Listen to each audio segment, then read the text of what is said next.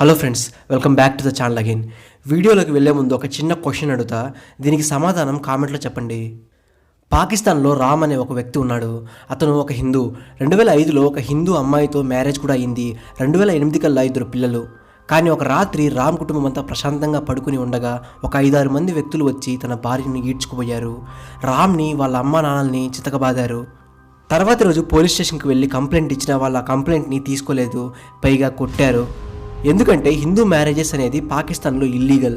కానీ దిక్కుతోచని పరిస్థితిలో ఏమీ చేయలేని రామ్ తమ అమ్మా నాన్నల్ని 2 పిల్లల్ని తీసుకుని ఇల్లీగల్గా పాకిస్తాన్ బార్డర్ దాటి ఇండియాలోని రాజస్థాన్కి వచ్చాడు. అప్పటి నుండి ఇప్పటి వరకు రామ్ ఎవడు, ఏ దేశానికి చెందినవాడు చెప్పుకోవడానికి ఒక ప్రూఫ్ కూడా లేదు. ఎలాగో ప్రాణాలతో బయటపడ్డాడు కాబట్టి రాజస్థాన్లోనే తన ముసలివాళ్ళైన అమ్మానాలతో కలిసి పని చేసుకుంటూ పిల్లల్ని పెంచుతున్నాడు. తన దగ్గర ఆధార్ కార్డు లేదు, రేషన్ కార్డు లేదు, అసలు ఎటువంటి కార్డు లేదు. ఇప్పుడు మీరే చెప్పండి, ఇలాంటి కొన్ని వేల కుటుంబాలకు మనం హెల్ప్ చేయాలా వద్దా? ఎస్ఆర్ నో అని కామెంట్ చేయండి చాలు. ఇక అసలు టాపిక్లోకి వెళ్తే 2019లోనే ఇండియన్ గవర్నమెంట్ సిటిజన్ అమెండ్మెంట్ బిల్ని ప్రవేశపెట్టింది. ఆ బిల్ని అప్రూవ్ కూడా చేశారు, కానీ ఇంప్లిమెంట్ చేయలేకపోయారు. पहले सीए भी होगा, सिटीजनशिप अमेंडमेंट बिल आएगा, सारे रिफ्यूजी को, सारे शरणार्थियों को नागरिकता दिया जाएगा, उसके बाद में एनआरसी बनेगा. కరోనాని కనీసం పట్టించుకోకుండా జనాలు రోడ్లపైకి వచ్చారు, పోలీసులపై రాళ్లదాడి చేశారు. అంతెందుకు, ఎంతోమంది పోలీసులకు బుల్లెట్ గాయాలయ్యాయి. జామియా విశ్వవిద్యాలయం వద్ద విద్యార్థులు చేపట్టిన ఆందోళనలో కలకలం రేగింది. ఓ వ్యక్తి తుపాకీతో హల్చల్ చేశాడు. పోలీసుల ఎదుటే తుపాకీ తీసి కాల్పులు జరిపాడు. అరే వీళ్ళు యూనివర్సిటీ విద్యార్థుల గూండాలా చెప్పలేని పరిస్థితి. అయినా అసలు స్టూడెంట్స్ దగ్గర గన్స్ ఎలా వచ్చాయి? సో ఇన్ని జరిగాయి కాబట్టి గవర్నమెంట్ సిఏఏని అప్పుడు ఇంప్లిమెంట్ చేయలేదు.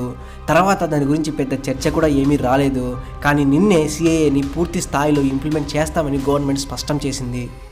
అసలు సిఏఏ అంటే ఏంటి, ఎందుకు దీన్ని గవర్నమెంట్ ఇంప్లిమెంట్ చేయాలని చూస్తుంది, దీనివల్ల ముస్లిమ్స్కి నష్టం ఏమన్నా ఉందా? ఇటువంటి ఎన్నో ఇంట్రెస్టింగ్ విషయాల గురించి ఈ వీడియోలో చెప్తాను. సో ఈ వీడియో చాలా ఇంట్రెస్టింగ్ అనిపిస్తుంది. మీకు కూడా అలా అనిపిస్తే ఈ వీడియోని లైక్ చేసి ఛానల్ని సబ్స్క్రైబ్ చేయడం మాత్రం మర్చిపోకండి.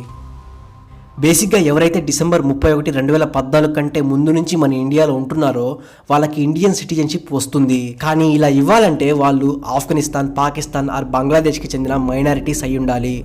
సో ఈ సిఏఏ యాక్ట్ వల్ల ప్రాణాలను చేతులతో పట్టుకొని ఇండియాకి వచ్చిన వాళ్ళందరికీ ఇండియన్ సిటిజన్షిప్ వస్తుంది. అప్పుడు వాళ్ళు గవర్నమెంట్ పెట్టే స్కీమ్స్ అన్నిటికీ ఎలిజిబుల్ అవుతారు.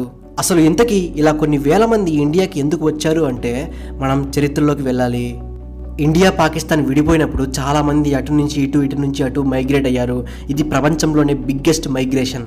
కానీ చాలామంది హిందువులు, జైన్లు, సిక్కులు లాంటి మతస్థులు పాకిస్తాన్లోనే ఉండిపోయారు. మీరు ఒకటి గుర్తుపెట్టుకోవాలి, అప్పుడు ఇంకా బంగ్లాదేశ్ ఫామ్ అవ్వలేదు. West Pakistan and east Pakistan ఉండేవి. అప్పట్లో ఈ మైనారిటీలపై చాలా దారుణాలు జరిగాయి. అందుకనే వాళ్ళు ఇండియాకి ఇల్లీగల్గా రావడం మొదలుపెట్టారు. ఇలా 1965 వరకు పెద్ద సంఖ్యలో వచ్చారు. 1965లో ఇండియాకి పాకిస్తాన్కి యుద్ధం వచ్చింది. దీనివల్ల బార్డర్ని టైట్ చేశారు. తర్వాత 1971లో బంగ్లాదేశ్ ఫామ్ అయ్యే టైంకి మళ్ళీ ఈ మైనారిటీలు ఇండియాకి వలస రావడం మొదలుపెట్టారు. వీళ్ళకి ఆసాం స్టేట్ అనేది దగ్గరగా ఉంటుంది. అందుకని వీళ్ళంతా ఎక్కువగా ఆసాంకి ఇల్లీగల్గా వచ్చారు. ఎంతలా అంటే ఆసాంలో లోకల్ పీపుల్ కంటే ఈ బాంగ్లా వాళ్ళే ఎక్కువైపోయారు. 1960 to 1970 కాలంలో స్టేట్ మొత్తంలో చాలా నిరసనలు జరిగాయి.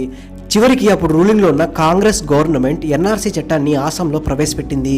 ఈ చట్టం వల్ల ఆసాంలో 1971 మార్చ్ 25 కంటే ముందు వరకు ఉన్న వాళ్ళే ఇండియన్స్ అవుతారు. మిగతా వాళ్ళని రిఫ్యూజీస్గా పరిగణిస్తారు. దీనికోసం ప్రూఫ్ చూపించాలి అంతే. సో ఈ చట్టం తేవడం వల్ల ఆసాంలో గొడవలు తగ్గాయి. కానీ ఈ ఎన్ఆర్సీ అనేది పూర్తిగా సక్సెస్ అవ్వలేదు. దీని గురించి గవర్నమెంట్ తర్వాత ఏం పట్టించుకోలేదు. సో ప్రజెంట్ ఇప్పుడు సిఏఏని ఇంప్లిమెంట్ చేస్తే అప్పుడు ఆసాంలో 2014 డిసెంబర్ 31 కంటే ముందు నుంచి ఉంటున్న ఈ మైనారిటీ వాళ్ళు అందరూ ఇండియన్ సిటిజన్స్ అవుతారు. అప్పుడు లోకల్గా ఉంటున్న ఆసామీస్ ప్రజలకు అన్యాయం జరుగుతుంది అని కొందరు అంటున్నారు. కానీ దీన్ని వ్యతిరేకించే వాళ్ళు కూడా కొందరు ఉన్నారు. దీని గురించి పక్కన పెడితే చాలామంది ఈ సిఏఏ అనేది ఆర్టికల్ 14కి అగైనెస్ట్గా ఉంది. మన ఇండియా సెక్యులర్ కంట్రీ కదా, అప్పుడు ముస్లిమ్స్ని కూడా ఇందులో ఇంక్లూడ్ చేయాలి అని కేసు వేశారు.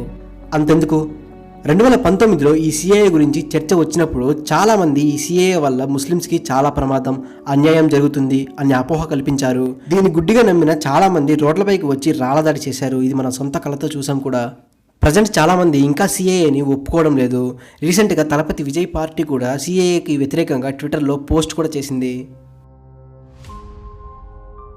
బేసిక్గా ఒక ఇస్లామిక్ కంట్రీలో ముస్లిమ్స్ పైన దారుణాలు జరిగే ఆస్కారమే లేదు. అలాంటిది వాళ్ళు ప్రాణాలను కాపాడుకొని ఇండియాకి రిఫ్యూజీస్గా ఎందుకు వస్తారు చెప్పండి? ఎందుకు రారు బ్రదర్ అంటారేమో, ఖచ్చితంగా వస్తారు. అంతెందుకు, ఇండియాలో రోహింగ్యాలు 40,000 మంది ఉన్నారు. వీళ్ళు బంగ్లాదేశ్ నుండి తరిమేయబడ్డ ముస్లింలు. వీళ్ళ గురించి యూఎన్ హ్యూమన్ రైట్ కౌన్సిల్ చర్యలు తీసుకుంటుంది. వాళ్ళని తిరిగి బంగ్లాదేశ్కి పంపించే ప్రయత్నం కూడా చేస్తుంది.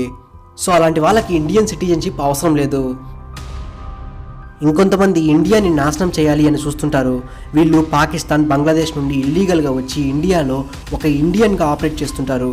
ప్రపంచం దృష్టిలో భారత్ని తక్కువ చేయాలన్నదే వీళ్ళ లక్ష్యం. వీళ్ళకి పెద్ద పెద్ద ఆర్గనైజేషన్స్ నుండి డబ్బులు వస్తాయి.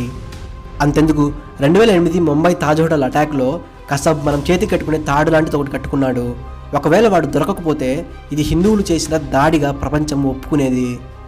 సో కసబ్ని పట్టుకున్నారు. ప్రపంచానికి అసలు నిజం కూడా తెలిసింది. సో ఫ్రెండ్స్, ఒక్కటైతే నిజం, సిఏఏ అనేది ఇంప్లిమెంట్ అవ్వాలి. దీనివల్ల 30,000 మంది బెనిఫిట్ అవుతారు. మీ ఒపీనియన్ కూడా కామెంట్లో చెప్పండి. సిఏఏని మీరు సపోర్ట్ చేస్తారా లేదా మీరు సిఏఏకి అగైనెస్టా, ఇది కూడా చెప్పండి. అండ్ ఇంతవరకు మీరు ఈ వీడియోని చూసారంటే మీకు నా ఎక్స్ప్లెనేషన్ నచ్చిందని అనుకుంటున్నా. సో ఖచ్చితంగా వీడియోని లైక్ చేసి ఛానల్ని సబ్స్క్రైబ్ చేయండి. And also me friends and family మెంబర్స్కి ఈ వీడియోని షేర్ చేయండి. Thank you for watching.